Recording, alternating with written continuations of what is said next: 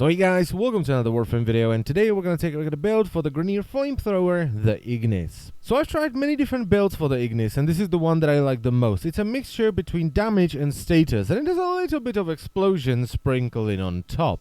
So it's a 5 Forma build, and what we're going to do with that Forma is add 4 Vs up here and 1 dash down here. So we're going to start off by adding Serration for more damage, Split Chamber for multi-shot, and Heavy Caliber for even more damage. And don't worry, the accuracy loss isn't noticeable at all. The next mod we're going to add is Combustion Beam, and I don't see this mod used very often on Ignis, and I don't know why. You can cover such a massive area with the Ignis, and every enemy you kill in that massive area will explode for 600 damage. And it creates these wonderful moments where you walk into a room, you press the left mouse button, and everything in that room blows up. So it's a really fun mod that also adds a ton of damage, so I don't know why people don't like it that much. Then we're gonna add 2 elemental mods based on the faction we're going up against, and finally 2 dual stat mods to increase the damage even further and to increase the status chance to 55% per second. So there is a ton of builds for the Ignis. You can sacrifice damage and go for status chance, or you can sacrifice status chance and go for damage. Or you can increase the fire rate, which in turn increases the damage and status chance. But I really don't like that, because as soon as you put in something like a speed trigger, you have to sacrifice another mod slot for rifle ammo mutation because of the increased ammo consumption. Now, don't get me wrong, these builds are good at what they're supposed to do,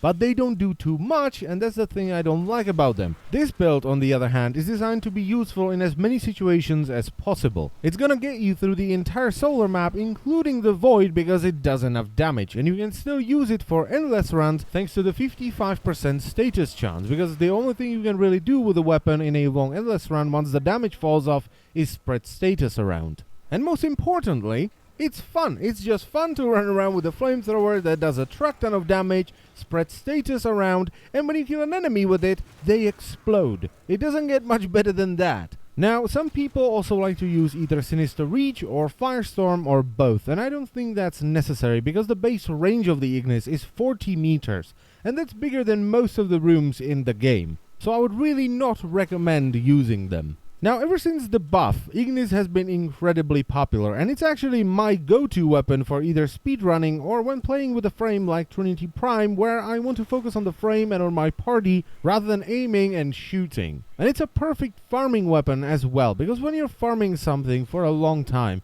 you don't want to bring something like Vectis Prime and headshot every infested charger. No, you want to sit back, you want to relax, and flamethrower everything to death. So all in all, a balanced build that's designed to be useful in as many situations as possible for a weapon that's really fun to use. So I thank you very much for watching once again, and I will see you next time. Bye bye.